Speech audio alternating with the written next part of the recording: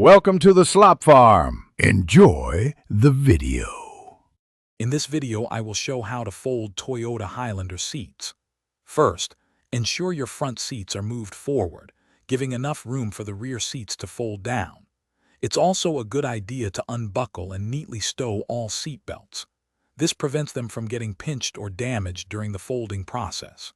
Finally, lower or remove any headrests from the second and third rows to achieve a truly flat cargo floor, maximizing your available space. Next, let's tackle the third row. You'll want to access these seats from the rear cargo area of your Highlander. Look for the clearly marked release straps or levers, usually located on the top of each seat back. Simply pull the strap to disengage the latch, then push the seat back firmly forward and down.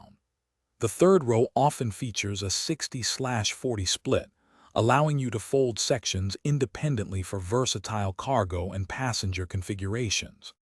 Now for the second row.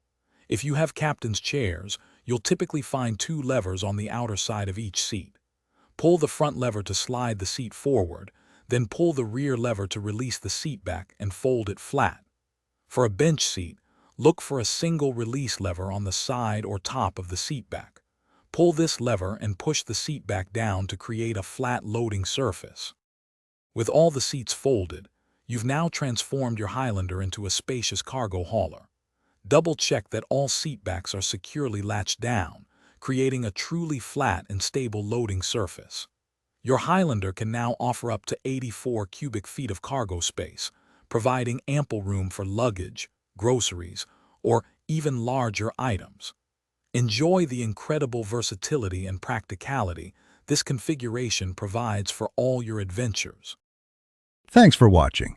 Consider subscribing if we helped you today.